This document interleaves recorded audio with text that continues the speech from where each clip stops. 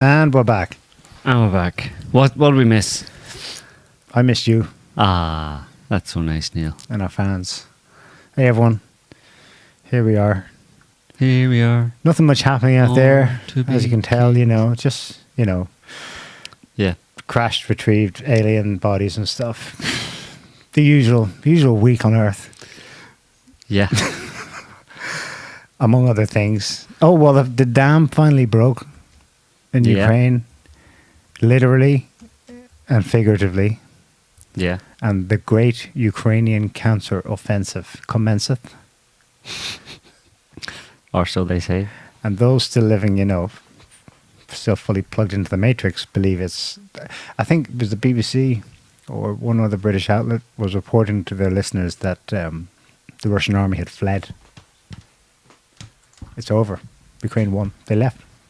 They won. Of course, that's in their reality. In actual reality, that's not even close to true. So we'll be discussing, Ukraine, aliens, and whatever else comes to pass. The latest Trump indictment. Why not? There's one a week these days. Yeah.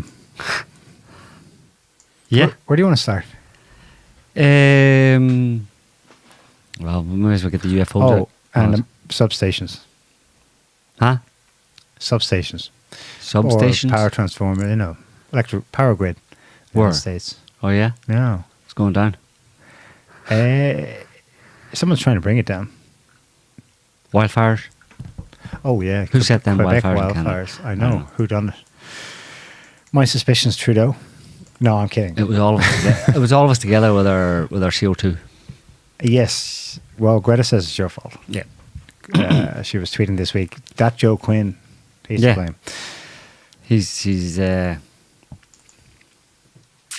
producing too much greenhouse gases. Yeah, he won't stop talking. Yeah, hot air. Yeah, UFOs in the news recently. UAPs, I should say. Because UFOs is a bit too old school conspiracy theory. They're not unidentified flying objects. They're unidentified aerial phenomenon. Right. It's a much broader term, broader definition. Because an unidentified aerial phenomenon could be almost anything, no? Anything that you see in the sky that you can't identify and is a bit phenomenal, then that's what it is. Because unidentified flying object is obviously a solid object that's flying in some way or other and you don't know what it is. It's a bit limited. Anyway, so what we're talking about here obviously is just this past week, I think, or was it the week before? I'm not sure. Anyway, some dude, it's the... We put it up. Yeah, do you have the original? Yeah. It's from the Debrief, is that right? Debrief, don't know. Never heard of it. Never heard of this guy either. He's just a former intelligence official. or that's the kind of term he goes by. Former intelligence official. His name is what's his name? David Charles Grush.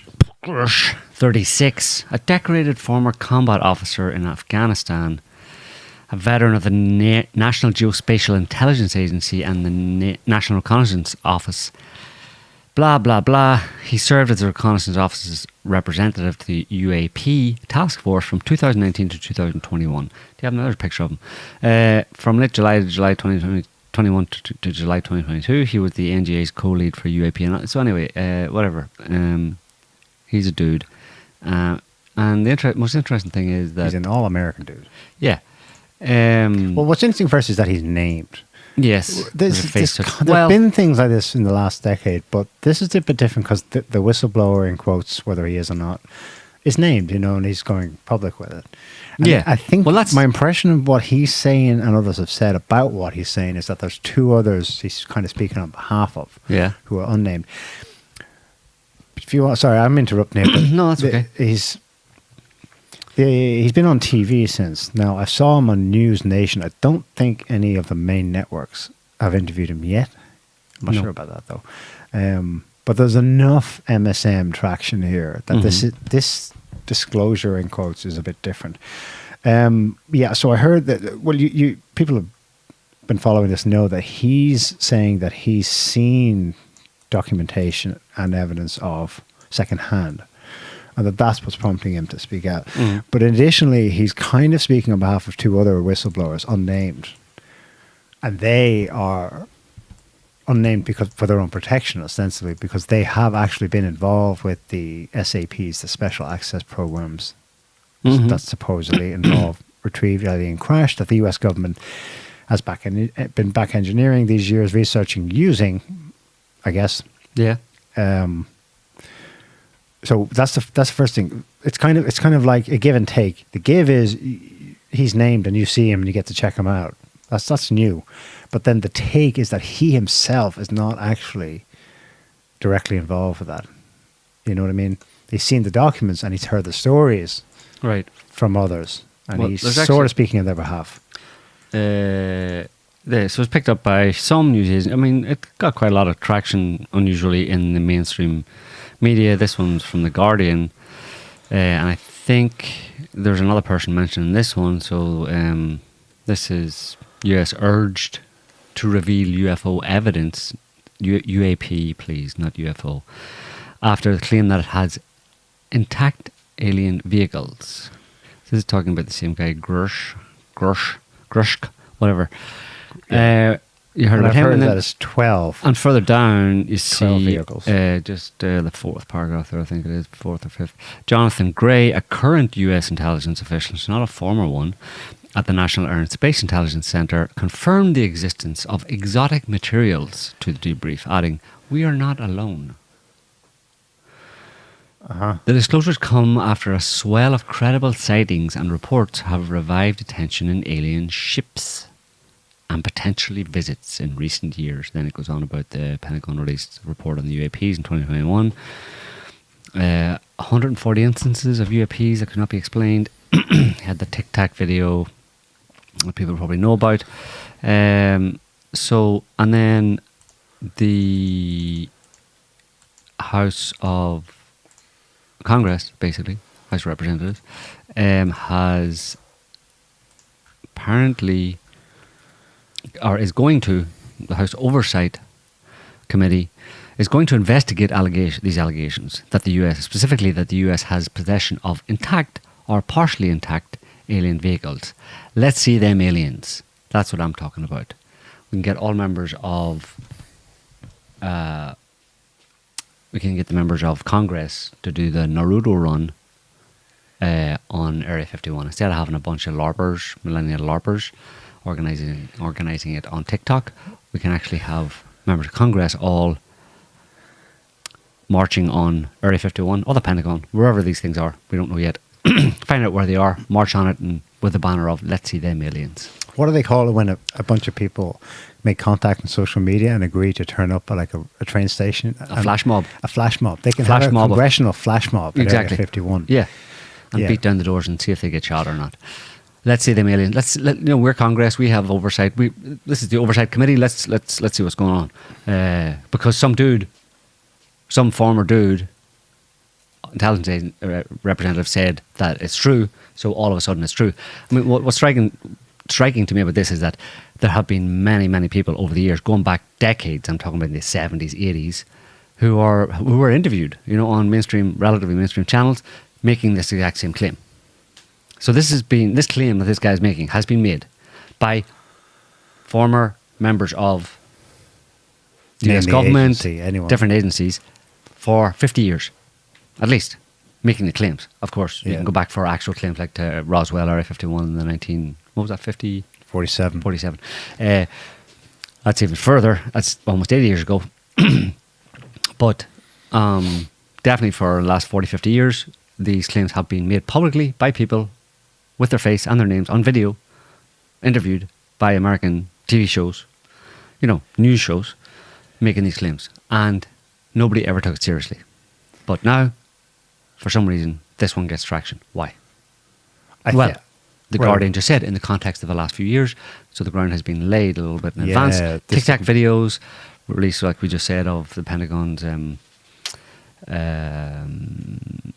mention of 114 that they couldn't explain.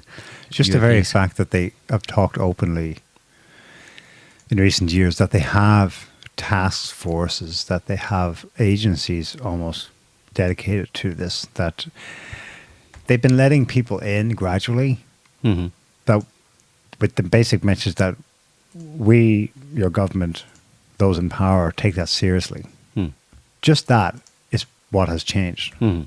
Beforehand, such that now when there's a bombshell drop, even on a small outlet unknown to us before now, the debrief.org, Tucker Carlson can mention it. Sure, he's no longer with Fox, but he get 88 million views in his first proper episode since leaving Fox. He talks about it, and it's like #1 trending topic on Twitter. And it did get mainstream traction more than usual. Within a day, I'd noticed that the French language, Spanish language media also were running with this headline. This isn't something that will be just contained to the United States like many other topics. Right, it's global, like it's COVID. Global and instant. So it's kind of like got the okay, I suppose, from the media controllers, whoever they are exactly. Well,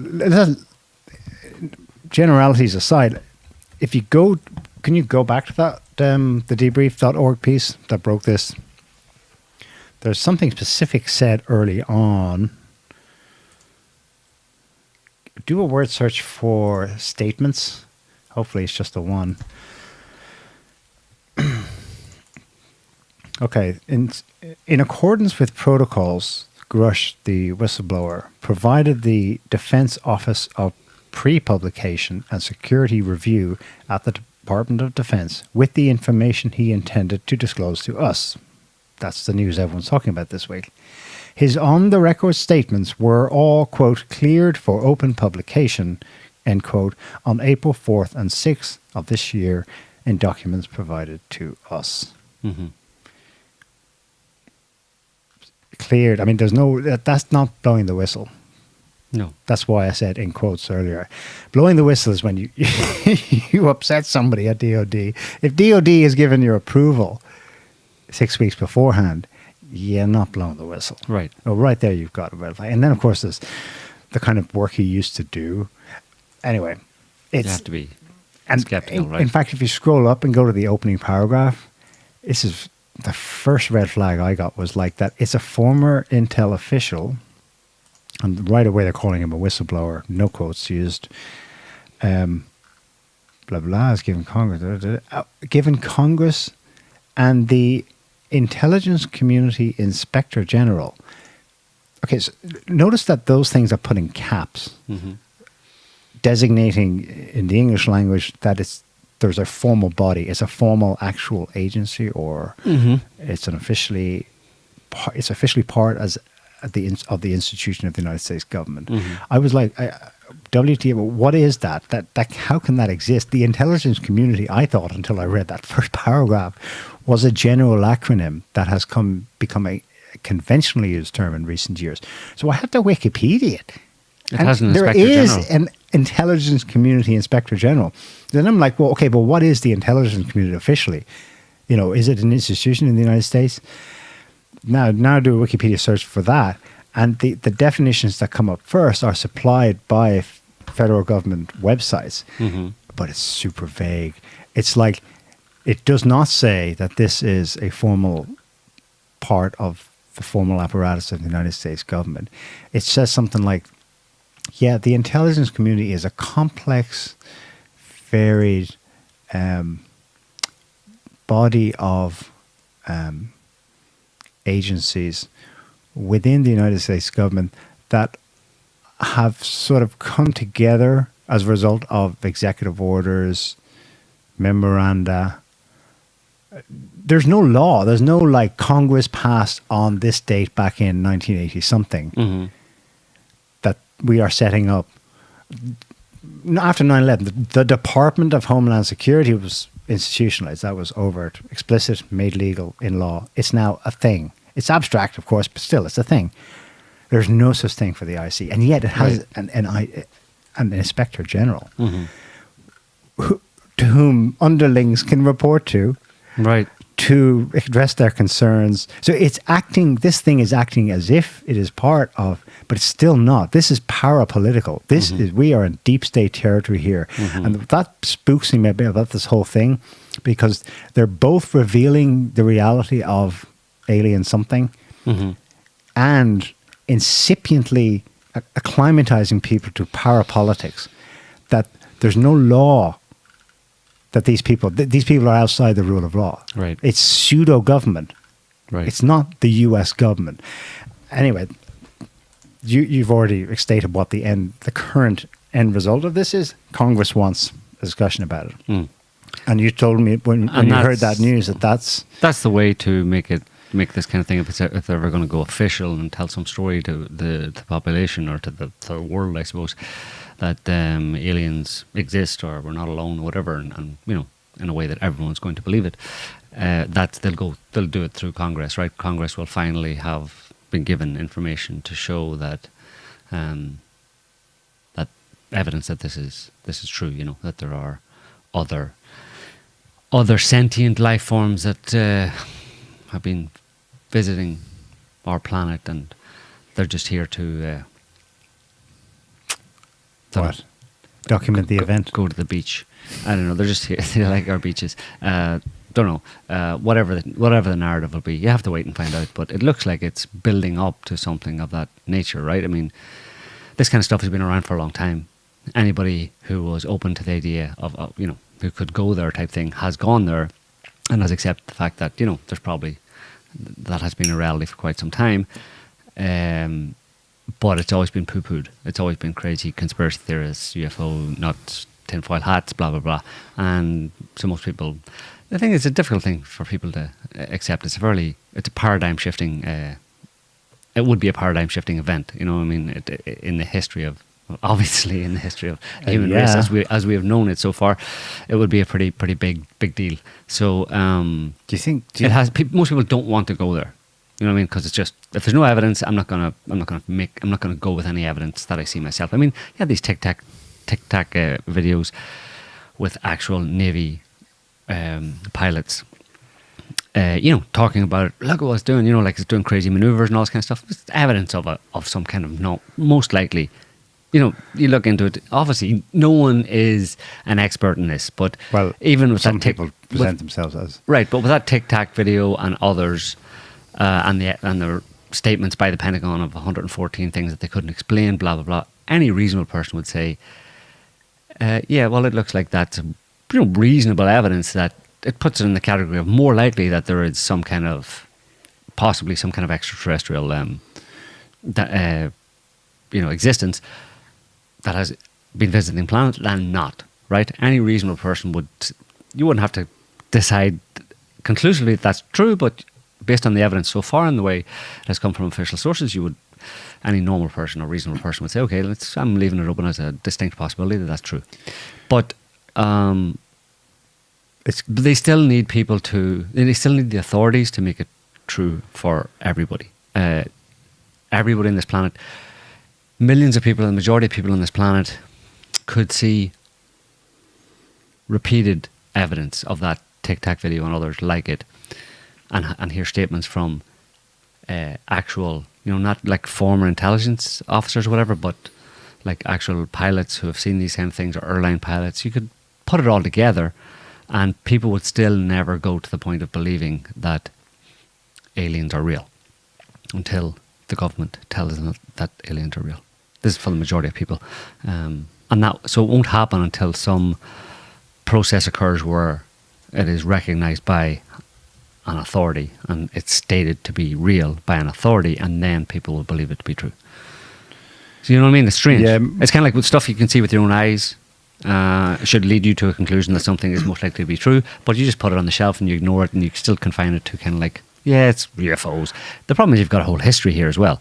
Yeah. I mean, the past however long, since Roswell or whenever it started, 60, 70, 80 years, when people were, anybody who talked about it was put in the crazy, kooky conspiracy theorist box. They're nut jobs, right? They're alien nuts, right? Alien UFO nut jobs. So people have been conditioned to believe it to be something just ridiculous and crazy. And science says we're alone, has always said we're alone. Possibility of life elsewhere is basically almost zero. Intelligent life or superior life to us is zero. So there's that history to it, which makes it difficult for people to just make the leap then to the exact opposite. It's the same reason people today still think that red meat, eggs, butter, and salt are bad for human beings, despite the fact... in the face of evidence they can test this morning. Well, they were told that for 40, 50 years. Your parents, my parents, they were all told it. People I know, even my generation, who would see me eating a steak, they'll turn around to me and say, that's a heart attack in a plate. Just straight off the top of their head, right? They just know that stuff, right? Despite the fact that in the past few years, the science, quote unquote, has said, actually, we were wrong. Low fat, really bad. You should have natural animal fat. You should have meat 2 or 3 times a week. You should have eggs 2 or 3 times a week. Butter is good for you, and you really need to have salt, because salt is really important for your general well-being. But that's all being turned around, but people still have a problem doing that. You can imagine how difficult it's going to be for people to make a transition to aliens are real, given that they're given... And on the dietary issues, they're not going to come back, because you said the science has changed, but the science is also it's a minefield of disinformation that is maintained by authority. But my fear on this issue is it's drip disclosure, and this is a pretty big drip. Yeah. But it's going to end up with people so confused that it's a bit like titration, or vaccinating people. Like the vaccine is supposed to inoculate you from the future disease. This knowledge is supposed to inoculate you from the shock and having to adapt to a new expanded reality of other worlds and other creatures, yada, yada, yada. But that's not probably what's going to happen. Just take, for example, that thing you just mentioned. You know it, and you've assumed that most other people are going to know it, that when they saw those glimpses of the so-called Tic Tac videos of UAPs, UFOs, whatever, flying off the coast of California in the early 2000s, that were confirmed as legit, unidentified things by the US Navy crazy maneuvers in 2017 and more recently. You're thinking, okay, well, everyone knows now. No, I'm not. Well, those who are paying some kind of attention. There's a guy right now. He was interviewed. I first saw him on David Polita's documentary. He thought he was the bee's knees. He's a former FBI agent who was specifically assigned to paranormal cases. Right. I forget his name, but I think he's like Latino guy. Latino or dark eyeglasses. Hispanic, yeah. Yeah.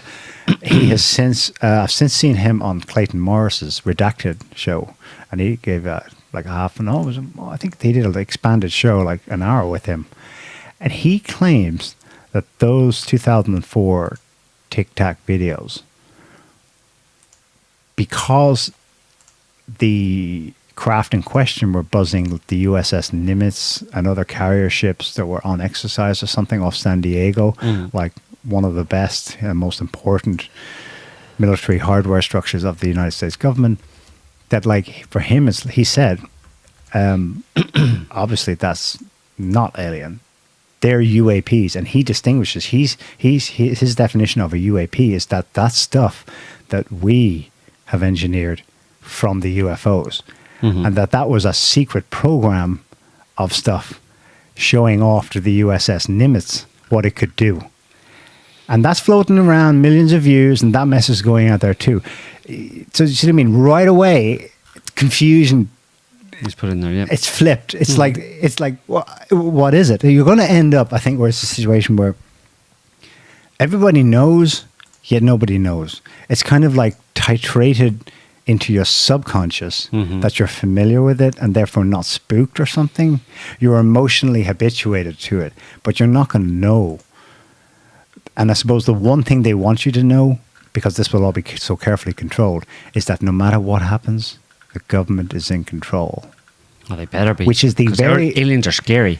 Because that is the very thing that is evident when you do look at the literature of what happened with the UFOs going back 60 years, is that the government is not in control. This thing is way above them. They have no way to control these guys. They don't know what they're doing. They're like, they arrive after the fact and try to clean up the mess to protect the population.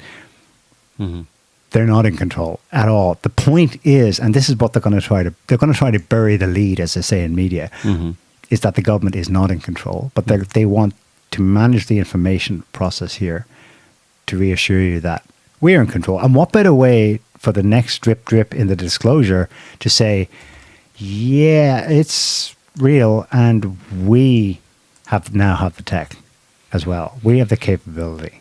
You know, do you? You know what you're doing? Yeah. Are you suggesting that you're going to be on a par with them? You're going to be able to handle the threat, which you're implying exists because they're out there and they're real? Well, I think it's going to, yeah, but I think it's going to lead to it being presented as benevolent, obviously, you know? Right. Because you can't present something like that I mean, they've built it up so much that, well, all of the evidence suggests that any purported extraterrestrial life forms are significantly superior to us tech-wise, and also the actual government releases on it suggest, point in that direction as well, that, you know, those Navy pilots had no chance against, you know, it just disappeared. You know, they couldn't track it, they couldn't get it, couldn't keep a bead on it or whatever, you know, and so it's obviously superior technology. So the government can't present something like this to the population, I don't think. If they can avoid it, they can't present it as a threat. It'll be presented as friendly aliens. They have to be friendly, Neil. Otherwise, there'd be chaos, right? If you're there might be chaos anyway if you were to release this information, right, officially, and have Congress assert that yes, this is actually true. We have all the data now. We have all the information. But so friendly, expect it to be friendly, and expect us to have our opinion on it. If the aliens don't shut down the internet. Anyway, 24 hours after the news well, that's broke. another interesting thing is this story in Las Vegas. And this is the updated report. You can just play it there. We'll have a listen to it. It's 4 minutes. But are we allowed to play this? What is it? 8 News Now. Yeah, local Las Vegas media. That's okay? Oh, yeah, sure, yeah. They're not going to censor us? No. Okay. No, it's not like movie or music footage. Okay. You know? So go ahead. Southern Nevada is abuzz tonight with stories about the crash of an unknown object and the alleged sighting of strange creatures in the backyard of a Northwest Valley home. So it was last night that 8 News Now investigator David Charnes reported about how Metro Police responded back on May 1st after receiving a strange call from a very frightened family. Well, our report generated a global response, and now piecing together the sequence of events has been kind of tricky, in part because the primary witnesses have been almost as elusive as the beings they say they encountered. Chief Investigator George Knapp is as perplexed as the rest of us. George. As you know, this is not our first UFO rodeo. We first heard about the incident in early May via the Metro Police grapevine. The incident has a lot in common with other bizarre cases from around the world: an alleged crash, strange beings, and bits and pieces that don't make sense. But the police took this seriously, and so do we.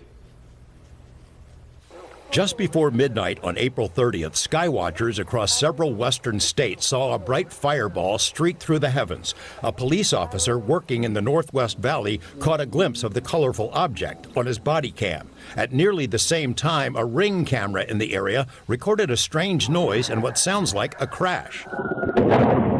One family living in a ranch-style home had a much closer view of the object. Two brothers and their father were working on a vehicle in their yard when they caught a glimpse of a sparkly object as it came crashing down, then were hit by what they describe as a shock wave. One of the witnesses, a young man named Angel, has stated when the brothers looked into the yard where the object landed, that spot was obscured and blurry, as if by unknown form of camouflage. What they saw next prompted a frantic call to 911. So there's two people or two subjects that are in your backyard? Correct, and they're very large. They're like 8 foot, 9 feet, 10 foot. I don't know. They look like aliens to us. Big eyes. They have big eyes, like I can't explain it, and big mouth. They're shiny eyes, and they're not human. They're 100% they're not human. 8 News Now investigators have spoken with family members multiple times in the past 4 weeks, but each of the 3 times we accepted their invitation to do an interview, they didn't answer the door or their phone. These are some of the claims they've made in other public forums. Multiple family members backed up the story in an initial police report we obtained. Angel says they heard the patter of multiple feet in the yard. They later heard footsteps on their roof. They saw one of the 8-foot-tall creatures climb behind the controls of a large front loader stored in the yard as if trying to engage it. He got a good look at one of the creatures, he said, a greenish-grayish being with large eyes and long legs. He says he could hear its deep breaths, and when he locked eyes, he was, in essence, frozen in place, couldn't move.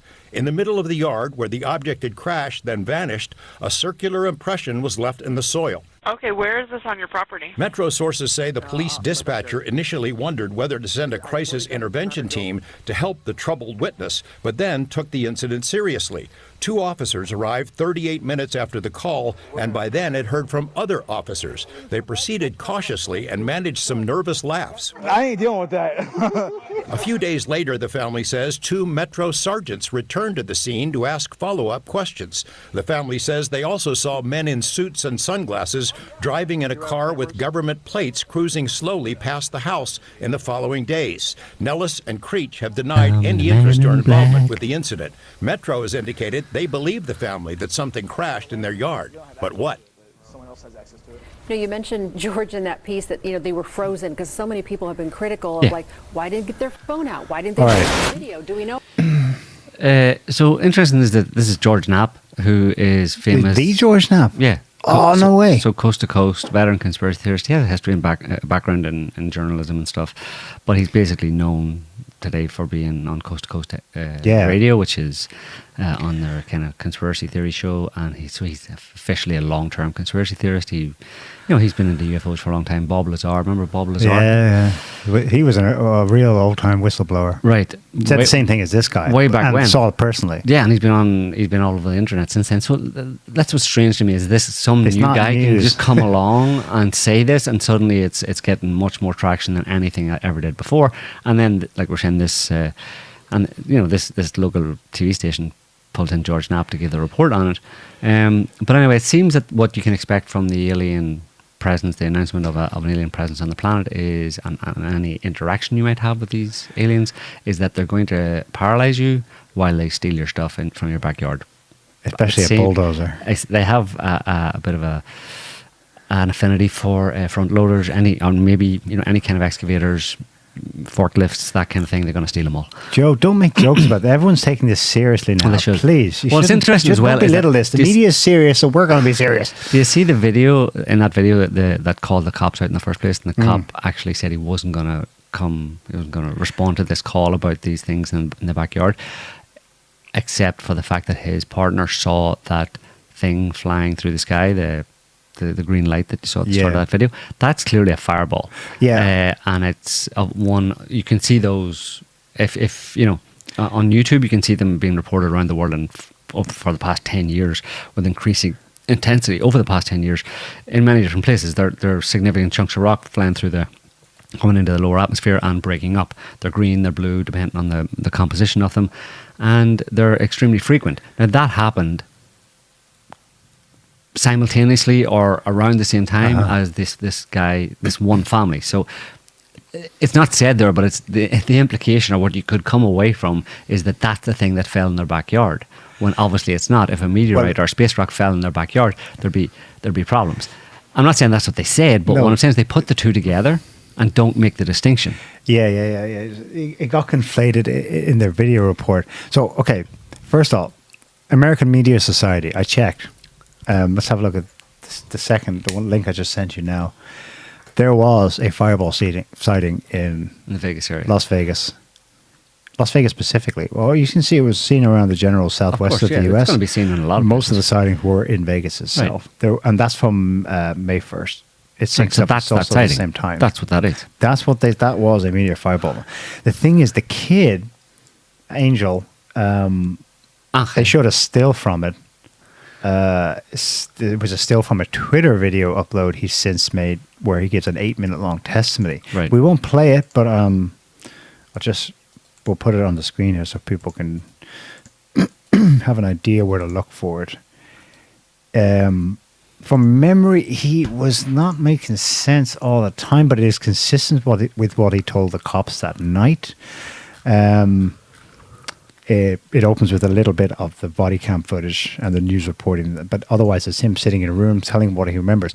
On the fireball thing, he himself made the connection on the night because there was a light, a flash of some sort. I don't know if it's what he saw at the corner of his eye. He describes seeing a light and a flash and then a loud bang. So in his mind, like the alien he saw, he's sure he saw an alien, came in that thing. Right. Additionally, he also shows within the video a better still image of from the cop's body cam footage of that night of this circular indentation left in the sandy yard in the back. Gravel, yeah. It's gravel. And it is a clear circular thing, and that's part of what spooked the cops as well. So his story checks out for the most part. You know, even I think he made the video recently. What is it upload? Yes, he did. So he puts that. Well, breaking news. This Twitter channel uploads this. Oh, hang on, I've got the wrong video. That's the local TV report. Oh yeah. So that's the TV, the one we just saw, or a similar local Las Vegas report from June 8th. Sorry, this is the right link. This is a link to a Twitter upload of Angel's 8-minute long testimony. I think it's someone else's Twitter channel, but yeah, so this is like a UFO watcher himself. Scroll down. He's got some details there of what the kid says in it. We won't play it. Maybe we'll look at his summary of the details. So in the kid's mind, they're connected. When the object landed, he felt a shockwave. Vision became blurry. Also, there's more footage from the kid of people there that night, and they're spooked. His parents, they're not LARPing. They're not LARPing. Some shit happened there, like for sure. Exactly. Yeah, well, probably. But the thing is, he didn't get a video. He has a camera, or multiple people had their phone cameras there, and none of them got a picture or a video or anything even resembling that of this thing that he said he saw, which is very common. That rarely happens, yeah. in UFO lore. Okay, so a few things to note. Local TV have done such reports since forever. What usually happens is what happens in Las Vegas stays in Las Vegas. What happens locally doesn't break out. What's different here is that the story broke out within a day. For example, I sent this to you. I'll resend this to you, Scott. This is New York Post. New York Post has given this like a full spread. That's what's different. And the timing of this story going viral on mainstream and social media with the whistleblower, it gave it this amplification that we're not used to. So this is New York Post. Look at that headline. Las Vegas police spot suspected UFO and residents claim to see aliens. Now, just 10 years ago, that headline would have been the Weekly World News headline. It wouldn't have been the New York Post. I know New York Post is a tabloid, but they wouldn't have said that. No. Or they would have contained already within the headline, much less the content of the article, a lot of snarky kind of Yeah, well, Yeah, it's a good slow news week, so we're going Yeah, with this. make a laugh of it, instead, yeah. they're actually reporting the fact. The other thing is the fact that we have body cam footage published. Remember, this event happened on May 1st. Mm-hmm. Everyone sees the body cam footage. That's like, why are they helping to show that? Surely that's something that would be like buried if it was really a threat to narratives of government control. Well, the body cam footage doesn't show anything. No, but it shows cops taking it seriously. Yeah. It shows people spooked by something. So the cops actually responded to it, and the reason the cops said, like I said, the reason the cops said he responded, he said he wouldn't have responded to that kind of a call except his officer saw that fireball. Okay. And he conflated it with the report from something falling in my backyard and there being two suspects or two individuals or whatever, two aliens in my backyard, you know? Yeah.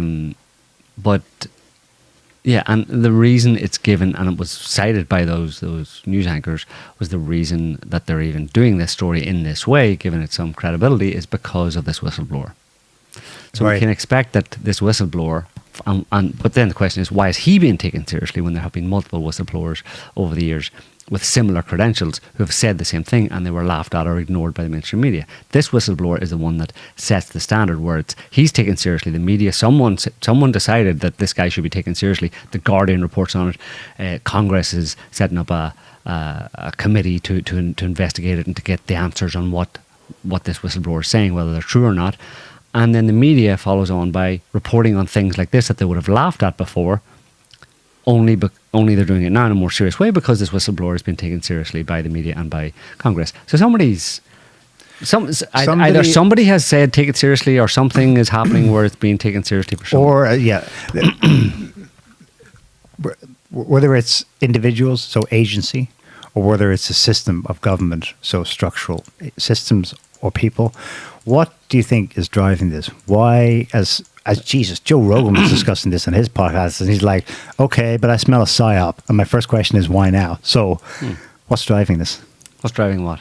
Why are they? Because they're going to reveal... They've lampooned successfully for 80 years, but now they can't anymore. They don't want to. They don't want to. Why? Because they... I don't know, but the reason they're doing it is because they're planning to reveal the reality of UAPs, aliens. Why? Because they want a paradigm shift. Or because the paradigm shift is happening anyway, such that people would see more shit than usual, and they got to be prepared for that. Maybe. I don't put much credit in people seeing anything these days. So I'm sorry, I'm not going to get any agreement with me on that one that this is being forced by the public, because the public are going to blow the whistle. Not the public are going to. It's going to be let the cat out of the bag. Everybody knows now because this phenomenon becomes more transparent to people or something like that. I don't think so. I think if there is such a phenomenon, then it's been able to contain itself and keep itself, kind of occluded from public consciousness or public awareness for, like you said, 80 years. The government has covered up, if such a cover-up exists, the government has been successfully able to cover it up all these years. So, and the only, like you're saying, the only reason then why they would reveal it now is because the public are going to demand answers. No, I don't think so. I don't think the public demands anything except so it's not Twinkies and McDonald's. So it's done because they have their own reasons for wanting to do it now at this point in time. That's assuming all of it is there's something behind it all.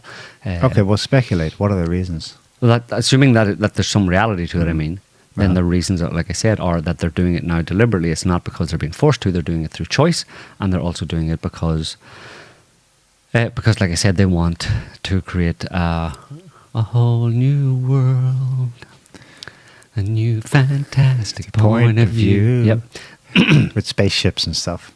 Yeah. Okay, and aliens. Yeah. It's a counter to Putin and Xi's multipolar world. Oh, yeah? You think you're going to do multipolar world? We're going to do galactic world. We're going to do galactic federation. Where's your multipolar world after that? Right. Huh? I don't know. I don't know what the reasons are specifically, but I'm pretty sure that if it's happening, like I said, and I'm not saying it's happening, but if it is happening, it's happening because they plan to make it happen. You know what I mean? If you forget about whether or not it's real, whether or not UFOs and aliens are real or not, assume they are, because we'll have all this evidence. Let's say you go with that evidence. Well, then the evidence also points you in the direction of it having been successfully covered up for 80 years or longer, whatever, and both by the quote-unquote aliens and also by the government. So there's no reason why they have to reveal it now. If it's real and if they're revealing it now, they're doing it because they choose to. And why they choose to, I don't know. You can make up some answers yourself, but my answer is that they want to upend the whole world order. And by world order, I mean the way people think about the world and about themselves. Well, that's my hot take was Ukraine is winding down, and now this is the next thing. Maybe. But you've got 2024 to deal with. That's the next thing. Right. There'll be multiple things going on at the same time, I think, which will just make people switch off and go, or just lose their marbles. Because, like you said at the start of the show, moving on from aliens onto the more terrestrial type of aliens, or rather than extraterrestrial, the illegal aliens, and the border, and Trump, and indictments, there's a good chance that this time next year, Trump is going to be sitting in front of a jury being accused of high crimes and misdemeanors and all sorts of bullshit. Like, around the same time that he gets the nomination for the Republican, as the Republican candidate for president. That would be awesome. You think that's what the timing of this... Well, what actually changed this week? I read it quickly and I thought all that's changed is that the indictments against him were unsealed. That this actually occurred back when his house in Florida was raided. Mm-hmm. It's been... So the unsealing of the 37 indictments against Trump for mishandling government documents, mishandling top secret information, went public this week. But that's the only thing that's actually changed. Yeah, that they're going ahead with it. Basically, if you just throw that up, and go down to the picture of the nice lady with the black hair. Where is she? Go down a little bit. There's a picture of a nice lady with black hair. Keep going. That's not a nice lady. There she is. So this is the Trump-appointed judge who's returning to spotlight in his federal criminal case, and this is federal judge Aileen Cannon. She last summer oversaw the court proceedings related to the FBI search of his Mar-a-Lago, and again, I'm reading the text, so you can go down a little bit. Now the Trump-appointed, this lady has been initially assigned to oversee the former president's new federal criminal case in Miami. If she remains on the case, Cannon, that's her name, would have wide latitude to control timing and evidence in the case and be able to vet the Justice Department's legal theory. And Trump appointed her to the bench in May 2020. But all fair in love and war. And Trump appointed a lot of people he probably regrets. And getting Trump. So basically, this week he's going to be... They want to have this case officially indicted. Exactly. They want to drag it out all the way through 2024. So expect this bullshit to go on all the way through the rest of this year and into next year until it comes to a head at an appointed time when they decide is the best time, because obviously anybody who has any sense knows that this is all politically motivated. It's bullshit, the idea that Trump would be, indicted in some serious way or whatever for taking home documents. He took home documents like the nuclear codes or something, or what else was it? Some the U.S. presidents in certain countries. Basically stuff to do with the deep state and their war against their ongoing geopolitical war against Russia and China and other countries. They focused on that and said this could harm our intel agencies and our national security, blah blah, because he just had them, right?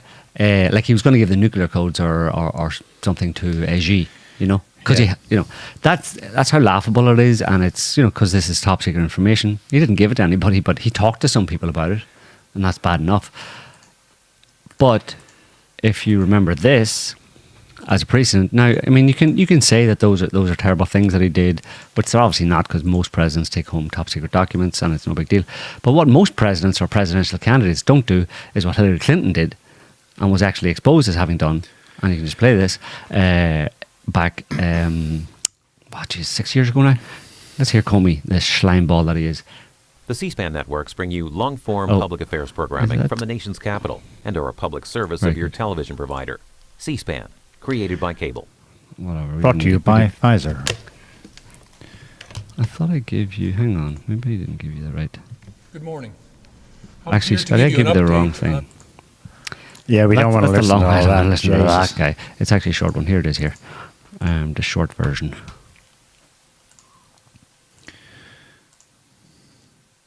Yeah, that one. Just play that. From the group of 30,000 emails returned to the State Department in 2014, 110 emails in 52 email chains have been determined by the owning agency to contain classified information at the time they were sent or received. 8 of those chains contained information that was top secret at the time they were sent. 36 of those chains contained secret information at the time, and 8 contained confidential information at the time. That's the lowest level of classification. Highest level being top secret. So that's Hillary sending out top secret emails containing top secret information, multiple emails to whoever, obviously people that she shouldn't have been, and meh, not a peep, not a word, not even nobody even talked about legal proceedings. Trump did. Well, he talked about it, but no one in the Justice Department ever give a second thought to going near her. And yet, all Trump does is do what previous presidents have done, which is when they leave office, they take certain documents from the White House that they saw themselves that they were given access to as president, took them home for a short period of time. They could always be asked, they could be asked to return them, whatever. But that's what he's basically being indicted on. And the media is really desperately trying to make it into something that it's not, especially in the context of people like Hillary Clinton and many others. I mean, Washington, D.C. runs on people leaking stuff to other people, and in particular to the media. For money. For money, for whatever. It's like a cesspool of it, right? So the idea that Trump would be being indicted and it would lead to some actual criminal prosecution for this nonsense is ridiculous. It's obviously politically motivated. Anybody who doesn't know that Trump has spent the past 6 years being hounded by politically motivated accusations and claims, impeachment twice, all the rest of it, the Russiagate, the Mueller investigation, all of that was all baseless. He hasn't done anything that anybody before him did not do, and it was no big deal. But now it's a big deal because they want to keep the pressure on him, and they're just doing this, and they're going to string it out. Like we said, they'll string it out for the next year until, if they can, they'll bring it to court and try and actually get him, suspended sentence or something like that. And what's the point? I don't know what the point is. The point, I suppose, is to sway voters. Yeah, ideally, but I don't think they're going to sway any voters. Split voters to go to DeSantis. Right, maybe. Yeah. In the wishful thinking that they think this will work, but it probably won't. Mm-hmm. Yeah. So it's pretty pathetic. Yeah, I don't... And of course, Biden, there's a whole case against Biden right now on classified documents. Oh, of course, we mentioned the Hunter Biden laptop and the CIA intervening to dismiss the Hunter Biden laptop, regardless, not even talking about the actual details of the Hunter Biden laptop and the fact that it probably has information on it that would show that Biden used, basically pay for access. He was basically involved in cronyism and using the office of vice president, which he was in at the time, to enrich himself and his family by getting access to him for sweet deals for people from Ukraine, from China, from wherever. That's on the laptop, but that's been suppressed. You're not allowed to talk about that. And the CIA all got together in 2020, and when the laptop story came out, and the CIA got together and said this is Russian disinformation, even though they knew it wasn't. So the CIA has been lying for Biden and lied for him and interfered in the election basically in 2020 on behalf of Biden. That's so it's obviously politically motivated against Trump, has been for all that time. This is just one more aspect to it. Anybody who doesn't know that is deluded, obviously. We're not Trump supporters, but we just call things as they are, and anybody should be able to do that. Be a bit impartial when it comes to just figuring out what's going on in the world. Don't let your bias and your prejudice distort the facts that you see. So I think anybody with any sense knows it's politically motivated, and like you just said, they're trying to, just put pressure on him. And I don't think it's shaping up to make a shit show of next year's election in the US. Yeah.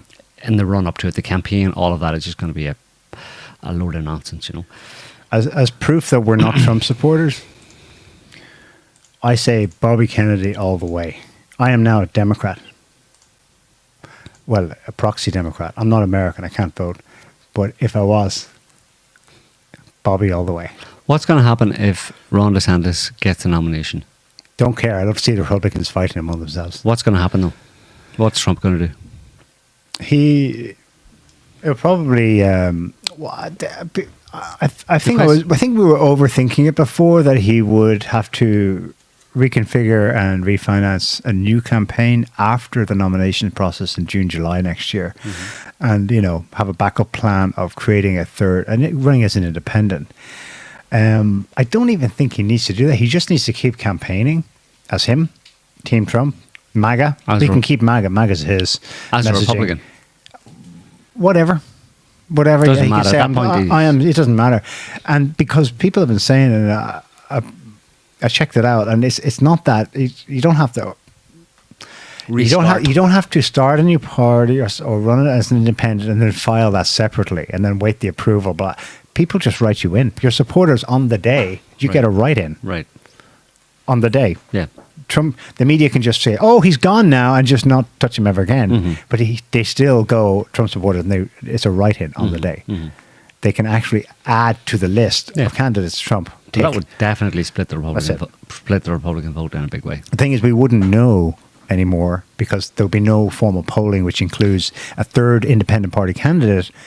It would come as a shock come November, come election time. That's when the shit show will start. So they can keep this calm and under wraps. And formally, here's the DeSantis as the Republican candidate and presumably Biden as the Democrat. And that's it. Everything will seem normal.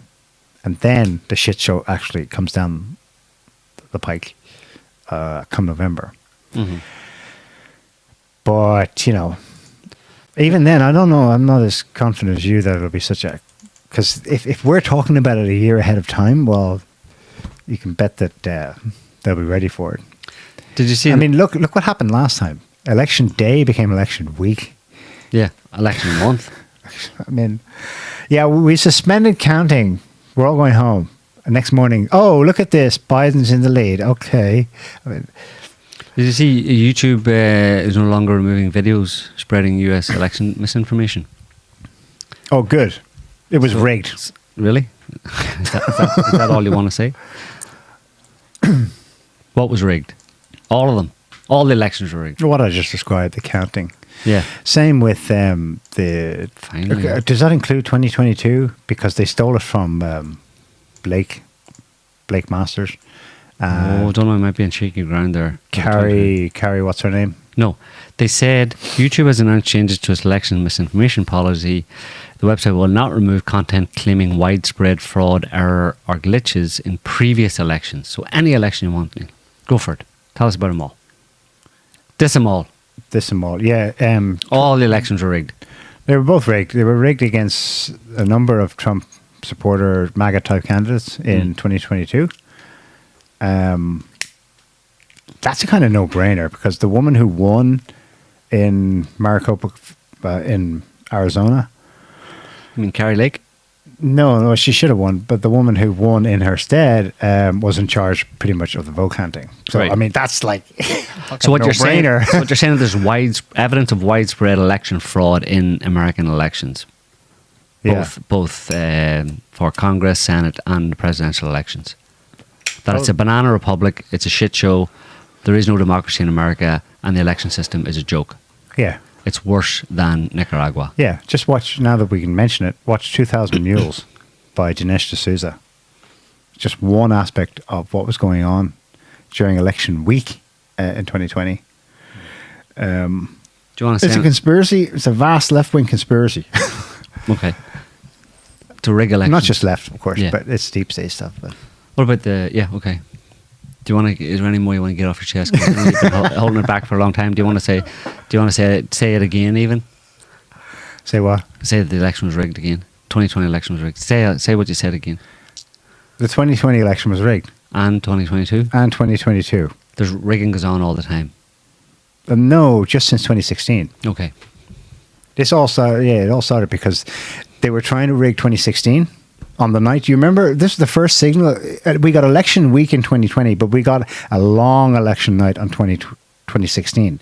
That was unusual. Trump only walked out at 3-something a.m. in the morning. Why? It should have been called by 11. It was a slam dunk. Trump won. But they didn't. I think something fishy was going on there, and they were like, oh shit, we didn't have enough rigging processes in place, vote counters, dead people, whatever, mules,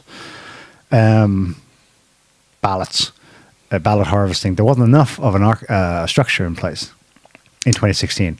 And you remember that it went on for weeks with votes still coming in 2016. That was a clue that 2020 was going to be a shit show, because the votes were still coming in such that by early December 2016, the overwhelming media treatment, the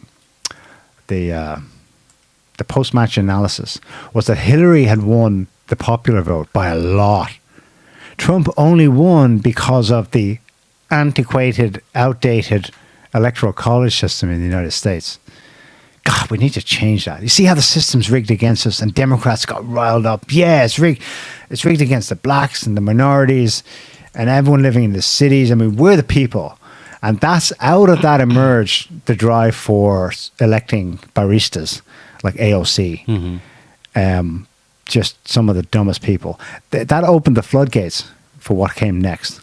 It's been a process. And it began in 2016 because they realized they didn't rig it enough. They were caught. Their wishful thinking was no one's really going to vote for Trump, not in the large numbers. But they were so, the head was up their ass. New York Times polls on the night of the election. Yeah, it's Hillary. 90% sure it's Hillary. They were so wrong. Wishful thinking. So wrong. Just like they were about Brexit in the UK. I think they tried to rig that too, and they did not come close enough. Jeez, we're going back further. What about the Scottish independence referendum for Scotland? Is that rigged? Yeah. Okay. Jeez, you're going back a long way now. Look, post 9/11, the world changed. Okay, but we're living in an age of. Well, look what else emerged out of 2016: fake news. Yeah. That's them, the system, projecting it onto us, the people. They're the ones lying about everything, misinforming, disinforming. You know, the people can suss it out among themselves in the town hall or in the public fora, social media. They'll figure it out. They don't need to, just keep reporting in the facts and we'll share and I'll get an idea. And they may not be able to articulate the argument well.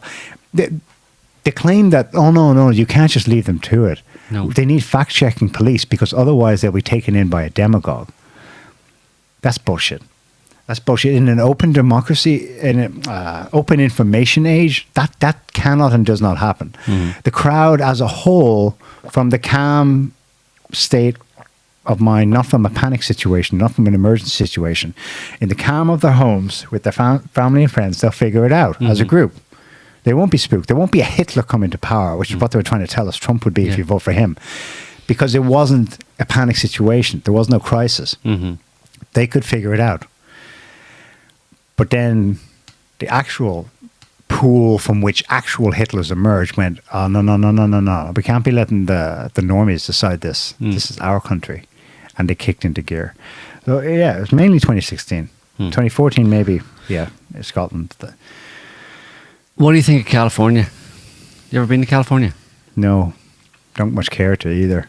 Listen to what's going on in the California State Assembly these days. So this particular bill adds the very important factor that affirming a child's gender identity is in their best interest, which is what your question is about. Why does it actually say that in an affirmative way? And it really is because if you have a 7-year-old who's talking about having a potential to say, being able to articulate that they believe that they are not the same gender as they are biologically, then it should be affirmed. And through care, it should be determined. And that's what we did with our own child. And that would give the ability for a parent who wasn't sure to affirm and get their child the care that they need to make that, so they can begin to articulate that determination. But by saying and rejecting it in wholesale, then you're essentially rejecting your child. And that is not in the best interest of a child. We should be affirming our children in every possible way and getting them whatever appropriate care they need, whether it's based on their gender, whether it's based on how their studies are in school. It doesn't matter. Our children should be affirmed. And this is saying that you have to include gender affirmation as a part of that. Affirm your children in every possible way. Can you translate that to me for me into She's saying English? that basically, I don't speak Californian. Yeah. It's a new language. She's basically saying that in California, and we know this is the case, this is the dominant political discourse, is that if you have a 7-year-old child and the child says they're a dinosaur, then you have a duty as a parent to get them the care they need to actualize their dinosaurness. What do you mean by care? Well, I mean, if it needs some medical transitioning, if they need to have their arm shortened, if they're like a Tyrannosaurus Rex, they need to have their arm shortened quite a lot, their head enlarged, there's different skin grafts, probably several new sets of teeth, that kind of thing. So the 7-year-old would be getting some serious plastic surgery. Yes, if they feel. And how would a 7-year-old afford it, especially in the United States? It's the parents' duty. Medical No, it's the parents' duty costs. to provide that. What if the parents can't afford it? Well, the government will probably step in, right, and help you. So the government is to transition your child helping to to whatever. affirm. Yeah, dino babies. Feels like she's or a fairy, for example. You need to have some, you have wings grafted onto their back and stuff, because the child knows what it wants at 7 years old, no matter what it says. And so, our more mundane example would be if a boy, or a girl, let's say a girl said that she wanted to be a boy, then it's your duty as a parent to affirm that child's assertion that they feel like a boy and immediately go and get the care they need to kind of actualize that affirmation, so they can follow the process of turning your girl child into a boy child through medical procedures. And this is the way. This is the way, man. So right. It's going to. This is in the context of aliens, like we're having to deal with that and aliens. You know what I mean? The world's pretty fucked up. It's pretty scary, There's like this Babylon Bee, basically, combined the two recently in a graphic with a little headline. It says Pentagon struggling to explain all 437 Earth genders to aliens. Well, they're in the right place. The Pentagon's the place to go if you need to explain things to aliens. Get an explainer. Take me to your leaders. Go to the Pentagon. They'll explain it to you. It's crazy. Pride Month continues. This is a tweet from the United States. What is USDA? Department of Agriculture. Yeah. So grains and stuff, right? Grains, manure, tractors. And yet they're tweeting like... Yeah. I don't claim to understand it. If you do and you're watching, great. I don't know. It looks like... Nice colours. Makes it more colourful. Yeah. It's a spectrum, you see, Neil. It's festive. It's a spectrum. It's a spectrum of disorders. That's an example of your child. The rainbow is an example of your child. They're a spectrum. Specifically their gender or their biological sex is on a spectrum. They're not born a boy or a girl. Can be born anywhere on that spectrum and can change along that spectrum at any point in time from an early age. You see, Neil? No. All right. CNN's reporting that an average of 9% of people across 30 countries polled, quote, identify as LGBT. 9%. Sounds high, right? Read the details and it says, actually, it's just 3% that consider themselves gay. Which is interesting because here's the percentage of the US population that, quote, identified as LGBT back in 2012 before this shit kicked off.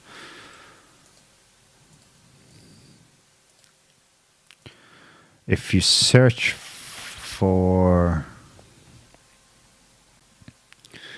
You're searching that article for tracking.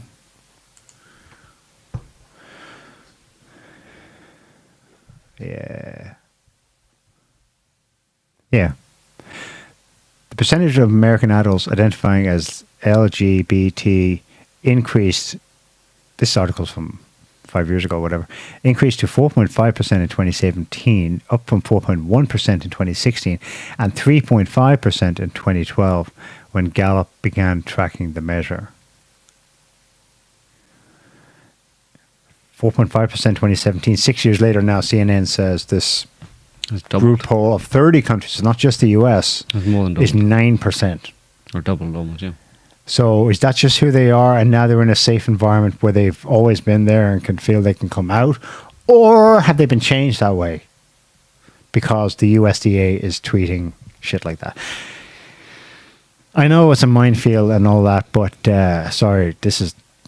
Then, of course, you can consider the fact that within the demographics, 20% of American youth, that's anyone up to like their 20s. 1 in 5 identify as LGBT. Mm-hmm. Come on. Yeah. Meanwhile, you've got like, I can't remember her name. I think she's a Finnish, like she's an actual shrink who's involved in the gender affirming care. She had an interview that got picked up by the New York Post. I don't have it to hand, but she cited a meta study of 12 other studies. There's not much studies done on this, of course, it's new, but still showing that over 80% of teenagers grow out of it. Doesn't matter. But no, we're going to affirm it at age 7. Take your kid and start cutting them up. Take your kid to a drag queen show. Mental. Moving on to Ukraine. Yeah. You want to know what's going on with the... the dam blew up.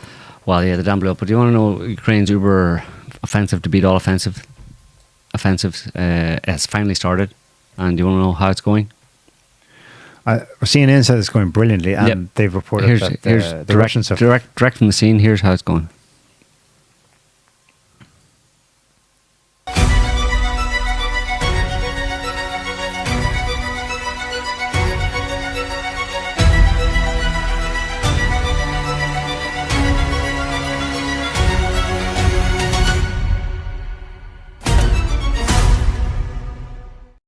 That's just a small snippet. No, that's fake news. You notice that that's from Russia's Ministry of Defense. That's all fake. What you just saw there is fake. Here's a Sky News report of the same footage. Yesterday. It's just 30 seconds. It's just a clip from the 24/7 bullshit being put out in Western media. But if I look over here and look at the actual square here, you can see this is the fire apparently on the tank. I know it's grainy, but fire doesn't appear in squares, and it does. If you look at the image carefully, it does look as if it's almost been superimposed. So I'm not entirely sure what this is part of the information war that's going on. So much copium. That burning tank is not actually a burning tank according to Sky News. So he's basically suggesting that it's like fake blood actress theory. Yeah, you can't tell these days, videos. When did MSM pundits become fucking internet trolls? Sky News. I know. What do you mean MSN? MSM, mainstream pundits. Like, they're now putting out like the same kind of... This is what they said in 2016. There's a fake news explosion online. People are doubting... And they no longer believe they no longer have the full faith in our institutions. We need to do something there because people like that were on the internet casting doubt on world events, on incidents, on false flag attacks and all this stuff. Well, what is that? Yeah. That's a guy basically implying to probably the 13 or so million Britons who watched that last night that Russia's not winning. Ukraine's still winning. That's all that. The offensive's been successful. Yeah, so the dam, Kakhovka, is it Kakhovka? Yeah. HPP hydroelectric power plant. Kakhovka hydroelectric power plant up the Dnieper River, north of Kherson. Blew up somehow or other. Western media said Russia did it. Russia said obviously Ukraine did it. Yes, blaming each other. I love how they do that. Here's a list of all the attacks against the dam in the last year.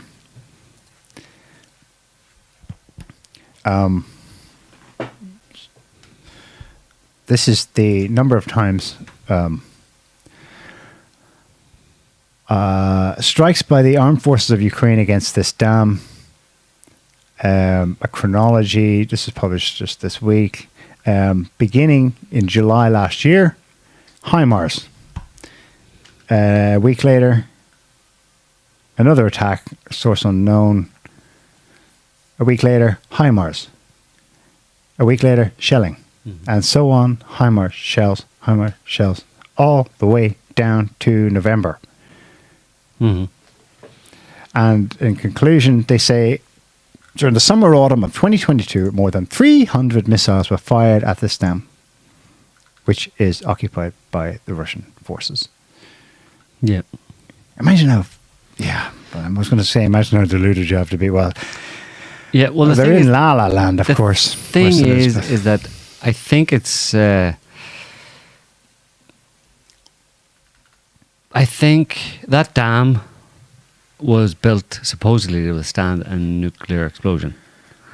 It's fairly strong, it was, but like you just said, it's been subjected to multiple repeated, up until the end of last year, multiple and repeated shelling, artillery shelling, including American-made HIMARS, because the Russians held it all that time. Basically, the Russians have held it since the beginning of the conflict. So it may be it's possible that neither side is to blame, which is why they're blaming each other. It also seems to have caught both of them kind of unawares, in terms of if you look at how the kind of troops had to skedaddle pretty quickly to get out of the flow of water. You know, there don't seem to have been preparations from either side.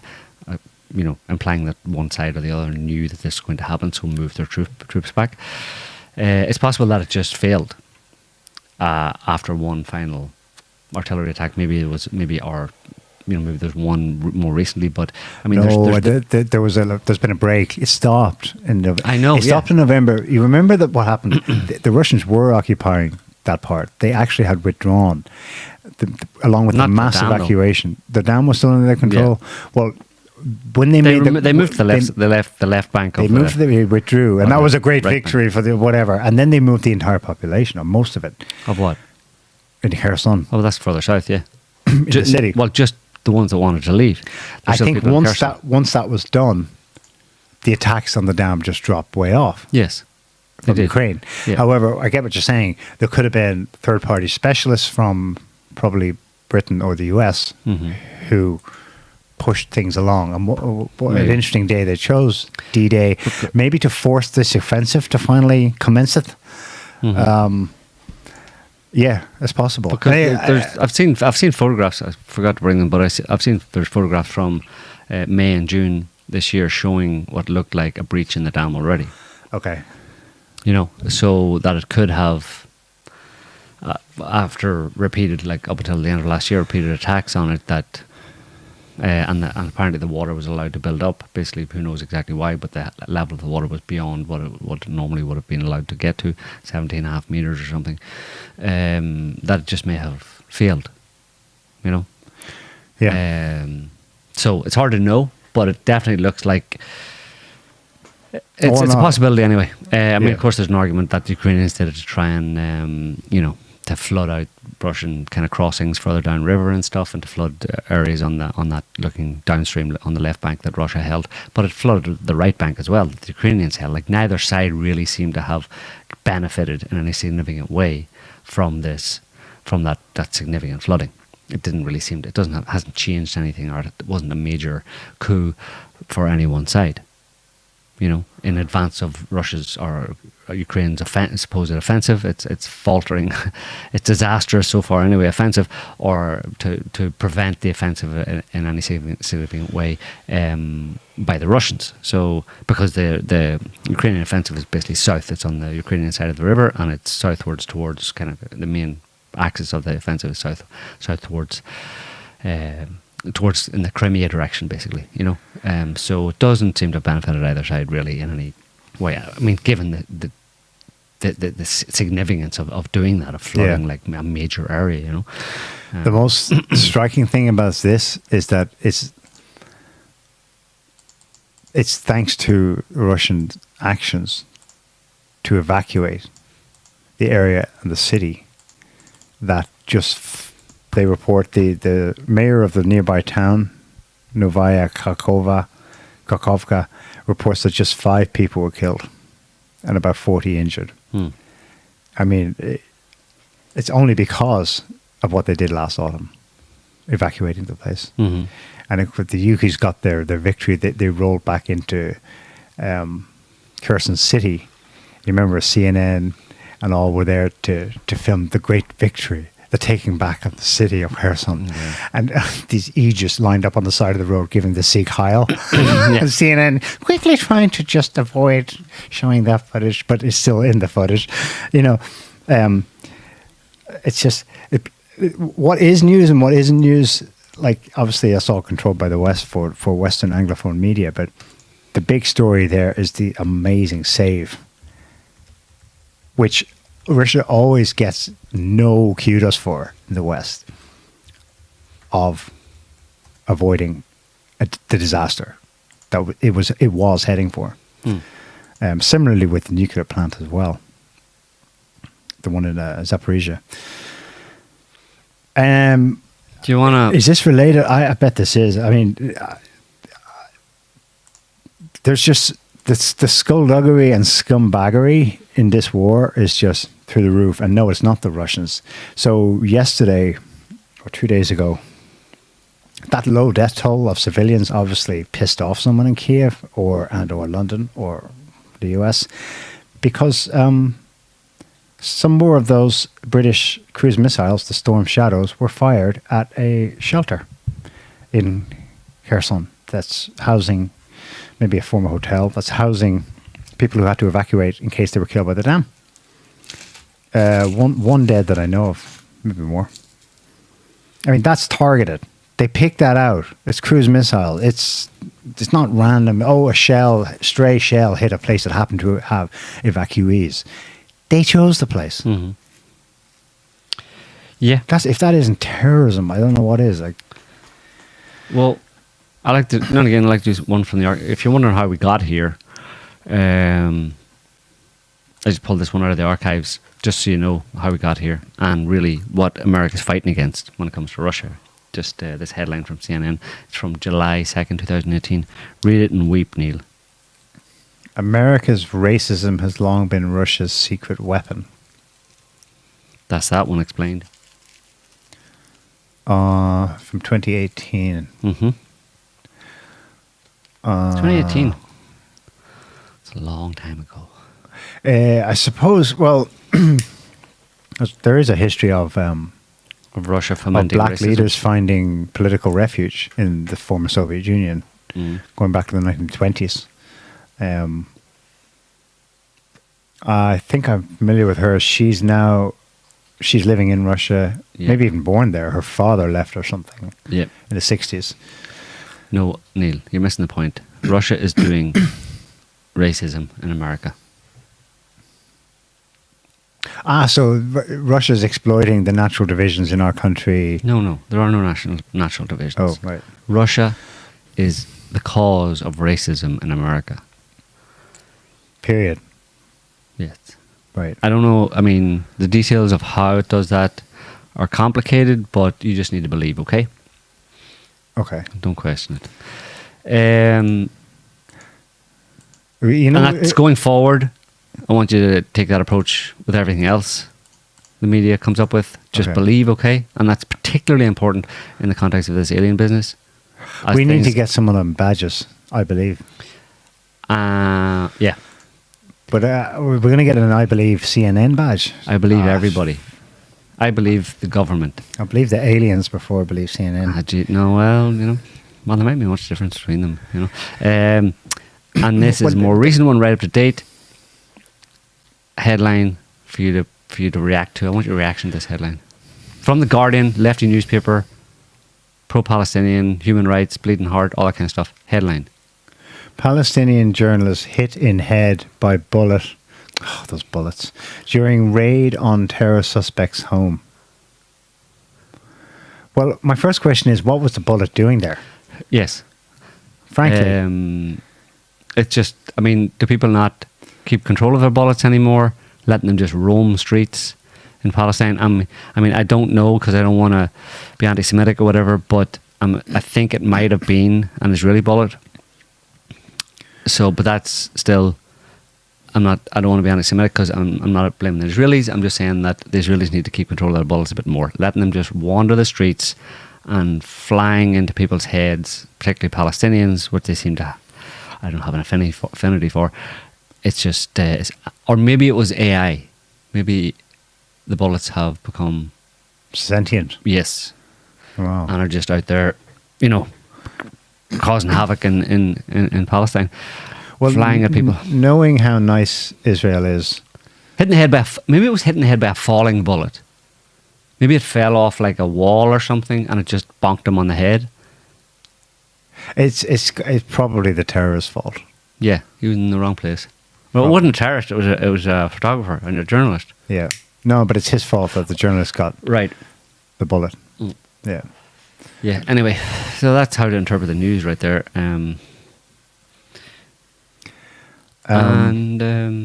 Yeah. Just what we should say for the record, that the Russian Ministry of Defense says that just in the last... I lost track of it. I think it's... no one knows exactly when the counter-offensive started, but there have been two major movements, and they're on the Zaporizhia part of the front. So that's the region between Kherson, which is north of Crimea, and the Donbass proper. So there were two major counter-offensive launched in two spots in Zaporizhia. Russian MOD says they estimate the Ukrainians have lost, in 3 days, 3,700 dead and wounded, and an estimated 300 vehicles, including Leopard 2 German tanks, awesome German tanks, and Bradley fighting vehicles, and Max Pros. Yeah, the MRAP. You know what MRAP stands for? Mine Resistant Ambush Protected Vehicle. Well, they got blown up by mines. Maybe they were mine resistant against, Afghan Shepherds IEDs, but against the Rooskies, I don't think so. Putin on Friday made a statement about this. We can state with absolute certainty that this Ukrainian counteroffensive has begun. And the use of strategic reserves points to it. They obviously strategic reserves being a bunch of cannon fodder. Cannon fodder up the front, but apparently this is the last play for Ukraine. It is going to wrap up pretty soon, I think. I don't think this will go beyond this year. This is it, basically, for Ukraine. Another statement that is worth paying attention to is that it wasn't an official statement. It was said in an interview, but it was one of the Soloviki, that's like an insider in the Kremlin. I think he's the head of the FSB. That the SMO, did he say it outright, or did he say we're thinking about it? I can't remember how he phrased it, but that they're adding to their list of objectives demilitarization, denazification, and now explicitly regime change in Kiev. So that suggests they're prepared to go a lot further than... well, it would just take a well-placed... Just protecting the new regions, Well, it would just take... find out where Zelensky and his friends are, and a couple of missiles to do the job, Right, but why not? Why has that not been done to date? That could end it. Because they just, like I said, they just decided regime change was now on the agenda. So if they want to do it, it shouldn't be too hard, Yeah. Tucker Carlson's first, what he called, he made an interesting analogy when he did his monologue from his sauna or whatever at home. for historical analysis, he said, or an analogous situation. He's like, here we are, I'm talking to you, in a situation similar to the way in which factual information had to be transmitted into the former Soviet Union through shortwave broadcast. You know, here I am booted off, and we're talking through this medium. It reminded me of the first Signs of the Times podcast you guys did, where you had this blurb that would play at the intro, along with a little ditty tune, and it would be a voice that would come on that would say, broadcasting into the heart of an occupied America. Yeah. He said something similar, like, we're occupied, and I'm just trying to get a signal into this. We were way ahead of the curve. You know, 20 years ago. Yeah. But whatever. So were other people. But now someone else is taking up the torch, and he can get 88 million views in 24 hours. Yeah, yeah. So things are the same, but things are different. Yeah. It's changing, huh? Yeah. Horrific knife attack in Annecy, eastern France yesterday. Yeah.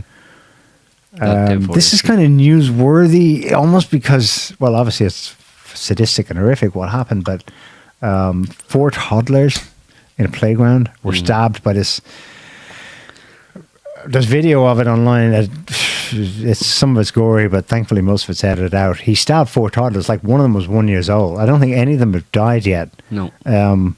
But the guy is like a well-built, well-fed Syrian immigrant who had attained refugee status in Sweden, decided he didn't like it there, and was somehow in eastern France, in the sleepy alpine town of Annecy. Oh, they made sure to let us know in the initial headlines breaking news about this that he had shouted during the attack that he was doing it for Jesus. I'm a Christian, this is for Jesus. Utterly weird. No updates on it yet. Apparently he had no criminal record, no nothing. So anyway, what I was going to say was, this is almost newsworthy because it's like, this has not been happening post-COVID. You remember, someone just turned the switch off and all the shit stopped when COVID. Why? Because psychotic people and terrorists, you know, we're social distancing. We're going to, no, jihadi, no beheading. We take a break, you know, the virus. Like, shut up. Come on. It's turned off. And this is rare now because it has flashback. There's been a few car rammings, stabbings like this. There was one full-in AK-47 group of armed jihadis in Vienna, Austria, like in late 2020. But other than that, global war on terror just went away with the COVID. COVID then went away with Ukraine invasion. And here we are. That's I was going to dial down soon, and that's why my hot take for the week is that fake alien invasion is going to be the next current thing. Yeah. How are we going to get people polarized on that, though? How are you going to be pro or anti? There'll be Democrat aliens and Republican aliens. MAGA aliens. Yeah. Make Earth great. Make Earth great again. Yeah. No, they'll be. Make Earth a great feeding trough again. Yeah. No, they'll come to unite us all under the galactic banner of peace and anal probes. Jesus is right. Anyway, I'm going to leave it there for this week. But you can stay on and talk about aliens for another half hour if you want. Do you want to? No. No? You're going to leave it there too? Yeah. Do you have anything important? Are you sure? The wildfires in Quebec, who did it? Aliens. Aliens? Yeah. Did you see the video people are sharing where they're like, it's footage, it's radar or high altitude satellite footage, and the smoke trails all spread at once, and they're like, directed energy weapons. Or whatever. Or someone with a match. Or a can of gasoline. Couldn't fire us all out at once because lightning hit all at once. Yeah. In their defense, their counter to that was, but there's no cloud coverage. Right. I don't know. Maybe from that high altitude, it didn't look like there was cloud coverage. Alien beaming electricity. Alien beamed lightning bolts. The scenes in New York were nuts, though. Yeah. That was... apocalyptic. Yeah. Yeah. Cool. 2 p.m. It was like dark. Dark and orange. I presume it's cleared by now. Don't know. Maybe it got wiped out. Maybe the smoke wiped out New York. Have you checked? Well, it was interesting to see people on the streets there, the face masks came back. Oh, yeah. I'm like, finally, that's a practical reason to wear 2 face masks. There you go. Because it might actually keep keep you breathing all right enough to get home. Yeah. So there you go. So that's a rundown of the nonsense, hysteria, hyperbole, and generalized bullshit that's been going on the planet over the past week or two. And that's all we have to say about it, really. Just watch the space. Thanks for watching. Thanks for commenting. We hope you enjoyed the show. We'll be back next week with another one on whatever bullshit's been going on between now and then. So until then, have a good one. See you later. Thanks for watching. Bye, everyone. Can't stop the signal now.